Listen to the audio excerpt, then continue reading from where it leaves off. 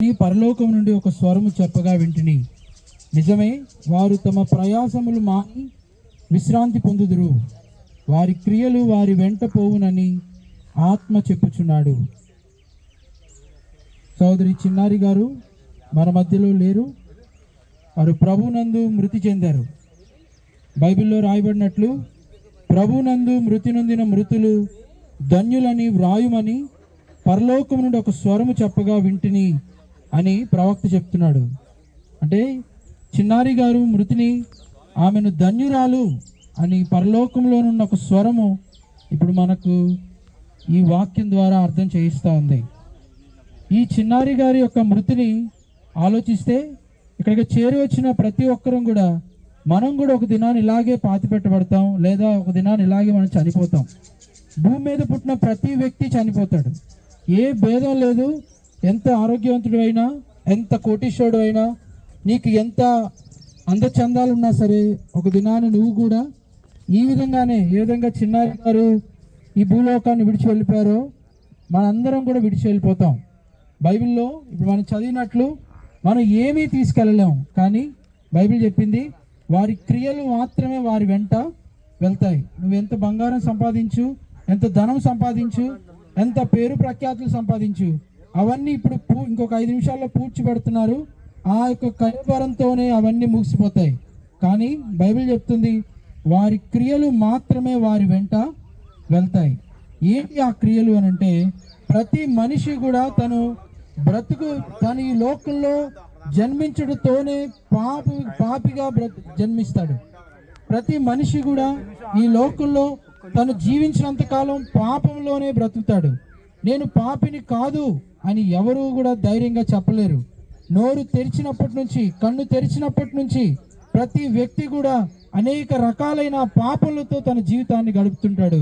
కానీ మర్చిపోతున్నారు మనుషులు ఏంటి అని అంటే, ప్రతి ఒక్కరి యొక్క క్రియలు, ఆ పాపము చేసిన ప్రతి క్రియ కూడా వారితో పాటు వారి వెంట వెళ్తుంది. మీరు నమ్మలేని ఒక నిజం ఏంటి అని అంటే, ఒక దినాన్న మనం చేసిన ప్రతి క్రియ, మనం చేసిన ప్రతి ఒక్క పాపము పని, పాపం అంటే అర్థం కాకపోవచ్చు, మనం చేసిన ప్రతి తప్పు పని కూడా ఒక దినాన్న ఆ భగవంతుడు ఆయన న్యాయ సింహాసనం మీద కూర్చొని తీర్పు తీరుస్తాడు. ఆ దినాన్ని ఎవరైతే పాపంలో ఉండి చనిపోతారో వారందరూ కూడా ఆయన యొక్క కోపానికి గురవుతారు. తమ పాపములని భూలోకులు ఉన్నప్పుడే ఒప్పుకుంటారో వారు ఆయన యొక్క కృపను, ఆయన యొక్క శాంతికి, ఆయన కరుణకు పాత్రలు అవుతారు. ఈరోజు ఇందాక నేను చెప్పినట్లు చిన్నారి గారు ఎందుకు ఆమె మృతి ధన్యమైంది అని అంటే, ఆమె తన యొక్క క్రియలను మార్చుకుంది. ఆమె యేసు రక్తంలో తన యొక్క పాత క్రియలన్నింటినీ మాపేసుకుంది. ఇక పైన ఆమె పైన ఎటువంటి శిక్ష లేదు.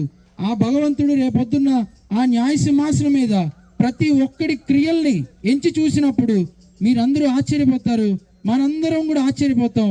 చిన్నారిని ఆయన తన కుమార్తెగా స్వీకరిస్తాడు. చిన్నారిని ఇందాక పాస్టర్ గారు చెప్పినట్లు తిరిగి ఆయన తనతో పాటు కూర్చుని పెట్టుకుంటాడు.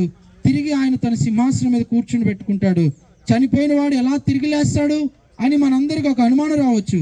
యేసు క్రీస్తు కూడా ఇలాగే చిన్నారిగా ఉన్నంత వయసులోనే, 33.5 సంవత్సరాల వయసులోనే ఆయన ఈ భూలోకంలో సిలువలో తన ప్రాణం విడిచి చనిపోయాడు. చనిపోయి మనం కూడా చనిపోతామని గుర్తు చేస్తున్నాడు. అంత మాత్రమే కాదు, ఆయన చనిపోయి తిరిగి లేచాడు. అదేం గుర్తు చేస్తున్నాడంటే, ప్రభునందు మృతి పొందిన మృతులందరూ కూడా ఆయన తిరిగి లేచినట్లు ఈ రోజు ఈ చిన్నారి గారు కూడా తిరిగి లేస్తారు. ఈరోజు నీవు కూడా ఆ న్యాయ సింహాసనం ముందు నీ క్రియలు మంచిగా కనిపించాలనుకుంటే, చిన్నారి గారి వలె నువ్వు కూడా రేపు ఆ న్యాయ సింహాసనం మీద కూర్చున్న ఆ యేసునాథుడి ముందు, ఆ భగవంతుడి ముందు ఆయన కోపానికి గురి కాకుండా ఉండాలనంటే మన క్రియలన్నిటినీ, మన పాపములన్నిటిని ఒప్పుకుందాం. ఆయన ఎంతో నమ్మదగిన వాడు, ఆయన ఎంతో పరిశుద్ధుడు.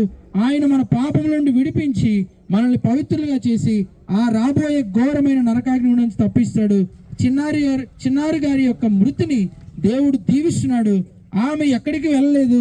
ఆమె తన తండ్రి అయిన, ఆమెను సృష్టించిన ఆమె యొక్క తండ్రి దగ్గరకు, ఆయన యొక్క భుజము దగ్గరకు వెళ్ళి ఎంతో, ఇందాక మనం చదివిన వచనంలో ఉన్నట్టు, ఆమె తన ప్రయాసములు మాని విశ్రాంతి పొందుతుంది. ఆమె ఎంతో విశ్రాంతిలో ఉంది. మనం ఎంతో దుఃఖపడవచ్చు, కానీ మన దుఃఖముకు ప్రతిగా దేవుడు ఒక దినాన్న ఆ చిన్నారి గారిని సజీవంగా మనకు చూపించి, ఆమెను నిష్కపటురాలుగా మనకు చూపించి, ఆరోగ్యవంతురాలుగా చూపించి మనందరినీ ఆశ్చర్యపరుస్తాడు.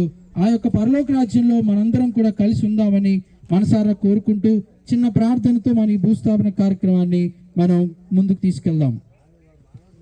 ప్రభువా మీకు తండ్రి, విత్తిన ఈ సువార్త విత్తనాలు అనేకుల హృదయాల్లో నాటబడి మంచి నేలలో పడిన విత్తనం వలె అది మొలిచి ఫలించి అభివృద్ధి పొందినట్లు సహాయం చేయండి. ఇంకా నీ నామాన్ని అంగీకరించిన వారు, ఇంకా రక్షణ పొందని వారు, ఇదే అనుకూల సమయం, ఇదే రక్షణ దినం, ఇంత గొప్ప రక్షణను నిర్లక్ష్యం చేస్తే రేపు నువ్వు ఎలా తప్పించుకోగలవు అని బైబిల్ గ్రంథంలో మీరు స్పష్టంగా చెప్పారు.